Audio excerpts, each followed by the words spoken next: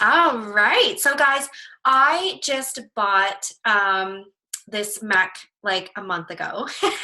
And I woke up this morning and I was like, you know what? I don't know how to do a presentation on it. Like I haven't figured that out yet. So I made some pictures. I shared it over. It's nothing super spectacular. And then when I screen share, I really, really hope that it works. So I'm going to go ahead here and see if I can screen share over. Let's see if desktop, share screen. Let's see if I can get this to work. Downloads.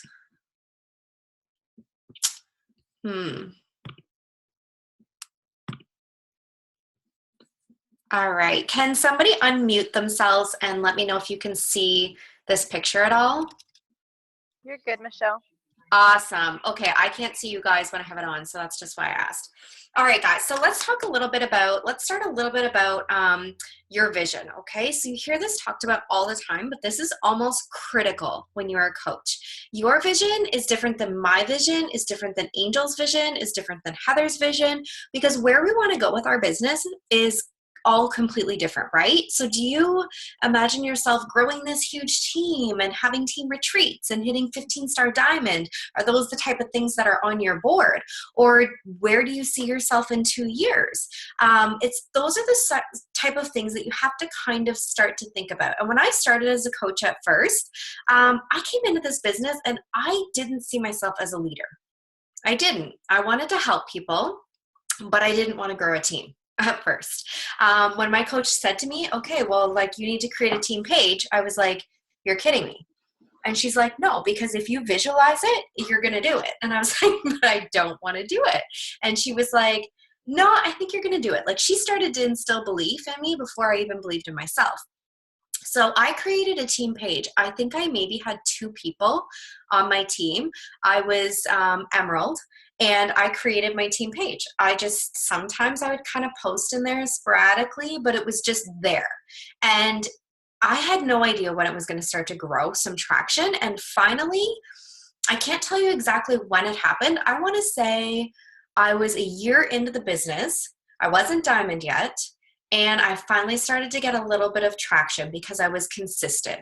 I was posting in there. I was just sharing the national wake up call in there. I was just kind of starting to get used to leading and starting to have a team page. And so it just gradually started to pick up traction. And now there's more and more traction in there. So if you don't have that idea in your mind of a team or growing a team yet, that's okay. But I want to encourage you all, if you don't have a team page yet, just create one. You don't even have to have anybody in there. You could put me in there, you could put Angel in there, but you don't actually have to have a team yet, but you just want to start to put that on your vision board if that's your goals.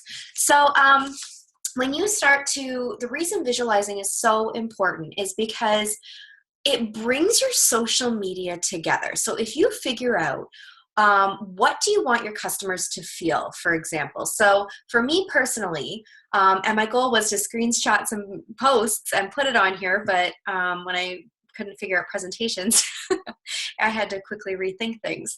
But you want to be planting seeds. So for example, I love empowering women. I love sharing affirmations and positive affirmations and all that sort of stuff. I like to work it into my challenge groups. I like to work it into my posts because I want my customers to feel empowered. I want them to know that they can live the best life that they want to. They can feel empowered in their day to be who they are and to love themselves for who they are. And so my posts, I kind of construct around that emotion. You want people to feel emotion in your posts. So you don't technically want to just to post, right? You want them to connect with it a little bit. So when we say adding value to your social media following is instead of just saying like, oh, I got my workout in, you want to add value to it and put a little bit of emotion behind it. Maybe share what your struggle was with it, but you push through, kind of always ending with a warm fuzzy, right? And it's kind of like, where do you see yourself in 2 years? You know, right now you might not have a team growing, but you might have a team name picked out and you know that that's where you're going to go.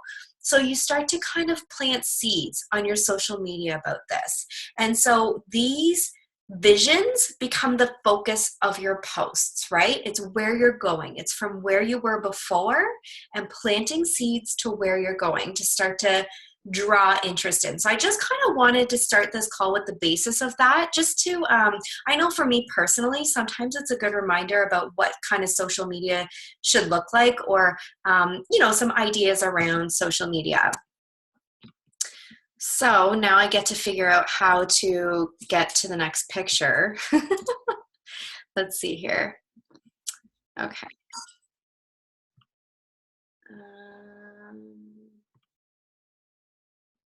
Thanks for bearing with me for this tonight. Okay, so the 3 C's of social media. So I want to preface this with consistency. I put this at the top for a reason. The reason that a lot of the successful coaches are successful is because of consistency. And we hear that all the time, but it is 100% the truth. When I decided to become a coach, I researched out of social media or out of coaching. Like, I wanted to know, these people are achieving these things, but like, could I do it? Or is it just because they got into it at the right time? Or is it because of who they are? Like, I really wanted to know that anybody could do this. And so when I jumped into it, I knew, number one, if I was going in, I was in. I had to post every day, no matter what. And so, sorry if you're just hopping on, I'll just make sure we're muted there. So when I jumped in with coaching, I knew I needed to be consistent. So no matter what, in the 2 years that I've been coaching, I have posted on social media every single day. No matter what, hands down, I haven't missed a day. And that's because this is my business. I need to be accountable every single day and show up for everyone every single day. So even if it means one post in that day, because I'm a firm believer that you do need to take time for your family. And usually Sundays, that's what I do. I'll post once on Sunday, maybe twice. But consistency is key in this business. If you show up every single day, you're going to see success. It's just, success lies within being consistent. So if you aren't consistent, that's okay. You can decide going forward today that consistency is going to be your thing, that you're going to get up and you're going to have a post ready to go first thing in the morning for your following, and then maybe at night. But minimum, I would say, guys, minimum twice a day for sure, with consistency. Number 2 is your content. So content is important if you want to, content's important if you want to create great engagement and if you want to start to have people you've heard of attraction marketing, right? So a lot of people will message me and wonder how you shift to attraction marketing or how you can kind of snowball with attraction marketing. And so number 1 is consistency for sure.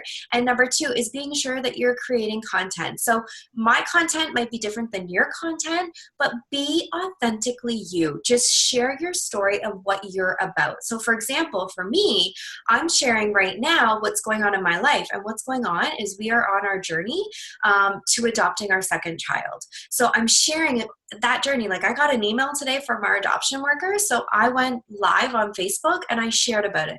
My family and my friends know hands down that they will be the first to know if we get chosen. I would never go live about something like that, but for me right now, that's my life, and kind of we're in the grind of doing all that. Second is I share about mom life, like with Jax, and kind of the ins and outs and everyday things. Like tonight I made a post just about how his bath was running and he decided he was getting in. I walked into the bathroom and he was on his stomach in his clothes in the bathtub. So just sharing about those things. If you love wine, share about wine. If you love running, share about running, but figure out your 5 things that you love and that makes you you, and create some content about it. One of my favorite things to do is to go over to Pinterest and look up things. Like, I'll look up positive affirmations. I'll take a picture of myself and I'll recreate that. I will take that copy. I might change it a little bit, but I'll share it. But that's an easy way to come up with content for your pages that I don't know, it's just a super easy way to do it. Another thing is your personal development. So personal development is, whew, I can't even say enough about personal development. It has 100% changed my life, 100%, hands down. But personal development, read your 10 pages or listen to your 10 minutes and just make a post about what you listened to and how it hit home with you. Another thing for content is just thinking about you as a person. Where did you come from? You know, what has been your struggles in life? What has been your aspirations in life? Who inspires you? You can take, you know, if there's somebody who has inspired you, like for example, my grandmother. I loved my grandmother to bits and pieces. She inspired me. Her life story inspires me, and I could make a post about that and nugget that in. Another really great thing for content is like, you know, for example, take a story about how you and your husband met, right? You could take a week and tell that story and keep your people coming back for more, right? Start out with how you met. Make a post about how you met.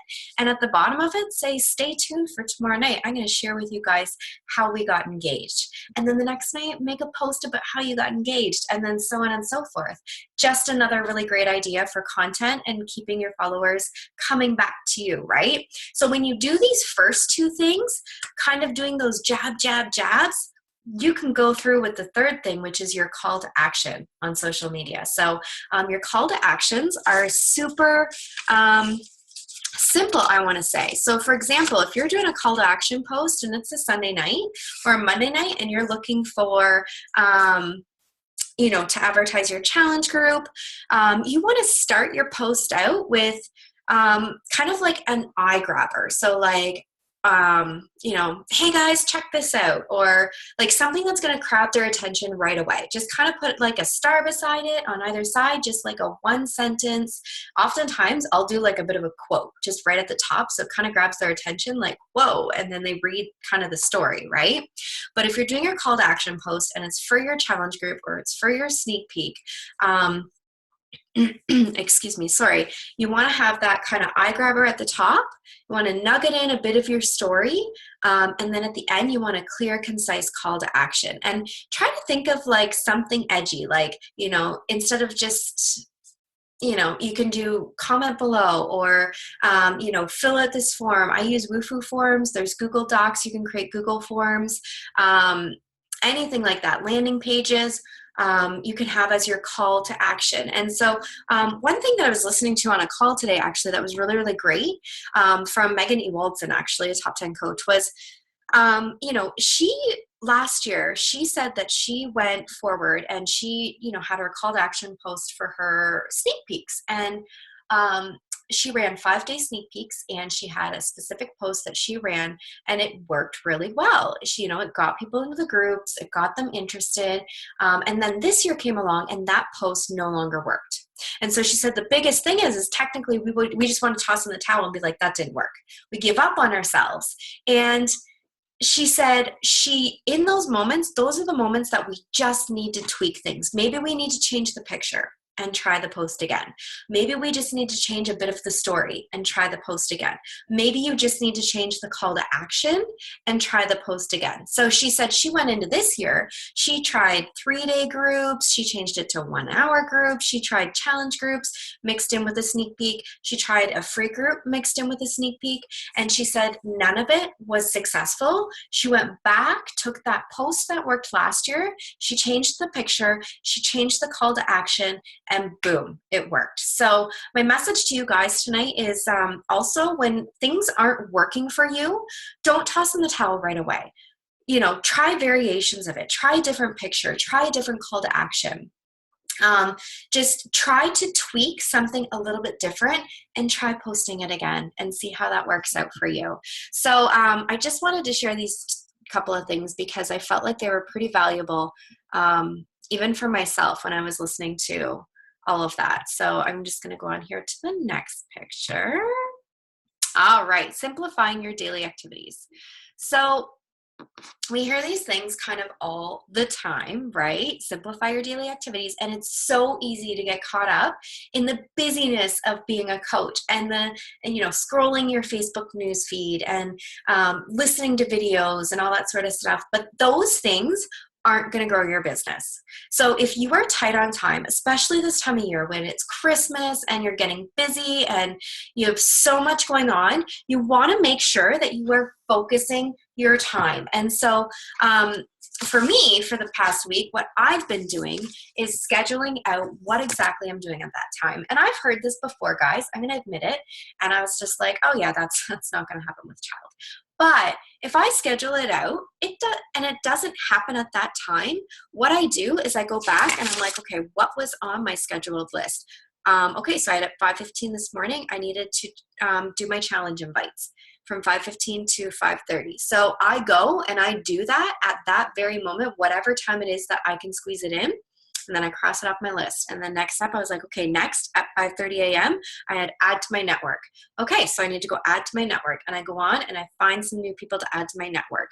And so I've started to kind of control my time and what I've realized is I've freed up a heck of a lot of time since doing this. So having a tracking system to keep track of all these conversations. And I want to show you guys something that was really, really great that I kind of stumbled across that has been working amazing.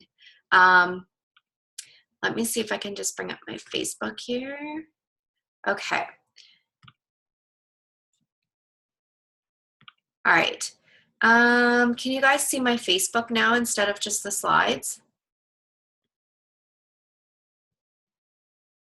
Yay. Okay, I'm just gonna go ahead and talk anyways. All right, so something really great that We can hear them. okay, good. That somebody had taught me is when you're adding people to your network, and I would get lost with it. Like I would be like, all right, okay, so I've added this person. Now where am I at with the building relationship? And when do I get to the challenge invite? So something really easy and simple to do is create a friends list for the month of November. Okay, you don't have to target anything because when you get putting people into different groups like challenge prospect or coach prospect, just do an overall November group. So when I go to my friends and I check for the day to see who has accepted it, I literally just go here and friends and add to another list, and I put her in my November group. And the reason I do that is because every single day now, I can build a relationship with those people. So I make sure at some point during the day, I go in as part of my power hour and I hit up my November ads and I just comment and like on all of their posts so that it's just a super easy way to keep track of them. And then come for my December group, I can literally go and just invite the month of November. Now that I've spent the time kind of liking and commenting on all their posts, I can go ahead and I can invite them to the challenge group when I create an event and build the relationship from there. So that was just kind of a super easy, organized way that I thought kept it efficient for me during my power hour, because that's what I need right now is I need efficiency. I need to be able to hop on here and just kind of bam, bam, bam, bam, bam. And so adding your friends. So this is kind of the power hour that I have been working with. So I focus on adding people to my network, making sure that that's happening. I track them in my system. So figure out whatever system works for you. I shared in my team page, and Angel, I can share it in your team page too. These daily coaching worksheets work really, really great. So it's just an easy tracking system. If you're a paper and pen kind of person, if you're a Google Sheets kind of person, that's another easy way to do it. You can do one for November, do one for December, and just track all the people that you're inviting and highlighting it. Actually, I have that going on too that I can kind of show you. So right here, I've just tracked all these people. These people were all added into my free group, so I need to go back and message all of them. But yeah, you just figure out whatever tracking system kind of works for you, and be sure you have something in place, because there are so many people that I know personally I miss because I haven't tracked it appropriately, and that's my own fault, right? So adding people to your network. So start new conversations every day. Just hey girl messages. People that like your post on your social media, send them off a quick message thanking them for liking your post and ask them how their day's going. Just keep it super simple. Just building a relationship with no intent whatsoever to inviting them at that point. Just build that relationship a little bit. And then when you come to your invites and you're like, shit, who do I invite to my challenge group? I don't know. You go back to the people that you had conversations with last week or the week before that or the week before that. So that way, okay, I've commented on their posts, I've liked their posts, I've had kind of a hey girl message with them, I'm going to invite them. So that's just a super easy way to figure out who to invite. And then when you sit down, you know who you can invite then, right? Or go into your free groups and send out some invites to them. But keep it kind of simple so that you know who you're inviting in that moment. Next thing up I do is check my challenge groups. I listen to my PD while I'm either cooking dinner or folding laundry or anything like that, and then I schedule my posts. But keeping your time focused on this, and if you do this consistently every single day, your business is going to grow. But I know from my own personal experience, guys, and from my own failing forward, when I missed doing these activities every single day, my business kind of slows to a halt. And that's when I start to overthink things. And that's when I start to do the comparison game and all that sort of stuff. So this business is fun. It is fun when you kind of build that momentum and you get going with it. We have some amazing products to offer. We have kick-ass challenge groups that we run, and we should be excited about offering our groups to other people. There's a really great video on the Champions page. If you're not in the Champions page, gold in there right now. They've got leaders going live in there for 10 minutes at a time every single day. And there's a really great girl in there that just went live yesterday about her challenge groups and her invites.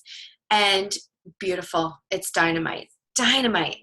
So last thing that I'll leave you guys with is when it's tough, don't try to reinvent yourself. Just tweak what you're already doing, okay? So when you get down to that hammer time and you're like, shit, it is like the last week of the month. Actually, don't even leave it to the last week of the month. If you're in the second last week of the month, Success Club Zero, it's happened to me before. I'm open with my team about that stuff. I get to the last week of the month, but it is a non-negotiable for me. It has been since I started, to the point that my husband knows I will order a challenge pack if I need one more challenge pack for my groups and or for my points, and I will use it as a giveaway or use it as something in my groups as a prize or something like that. But when you get down to that time, that's when you want to be going back and doing those follow-ups, and you want to be sending out those cold invites, and you want to be not trying to reinvent everything, okay? Because I find when the going gets tough, that's when you're like, maybe I need to focus on Instagram. Maybe I need to start a like page. Maybe we don't need to change anything because what you're doing is working. It's a tough month. You just need to tweak what you're doing. Maybe it means you need to do another transformation post, or you need to share one of your challenger stories, or you just need to dig a little bit deeper with your content in order to kind of spark a little bit more interest. But try not to reinvent yourself or reinvent what you're doing or feel like it's you when the going gets tough, okay? Because everybody has these months. It's just tweaking what you're doing.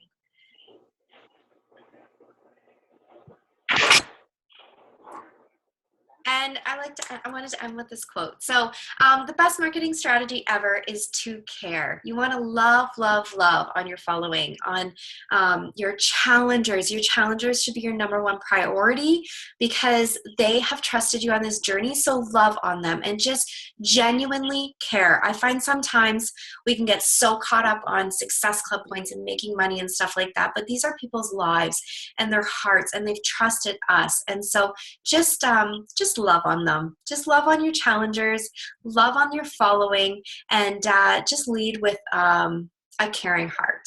Does anybody have any questions? Michelle, that was amazing. Oh, Good job, girl. Thank you. And you didn't do so bad navigating the MacBook either. Oh my gosh. Learning process for sure. Yeah, I'm with you. I'm still learning how to use mine. So yeah, that was on a whim for sure. That totally threw my presentation off. But yeah, basically, I just wanted to get that across and try and simplify everything for everybody, and try and bring it back to the joy of this business. This business rocks. This business, I never would have met Angel. I never would have met any of you, Sarah, if it wasn't for this business. It is incredible. I heard today, actually, Angel, listening to the Leadership Level Up videos, Dina Distel was talking about, she was like, what would you do if Beachbody was gone tomorrow? If they went bankrupt? Like, how would it affect you as a person?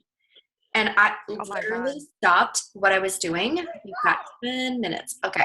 Literally stopped what I was doing. And she was like, for me, I would have to go get a job. My husband would have to get a job. I'd have to get childcare. We would be fighting about money.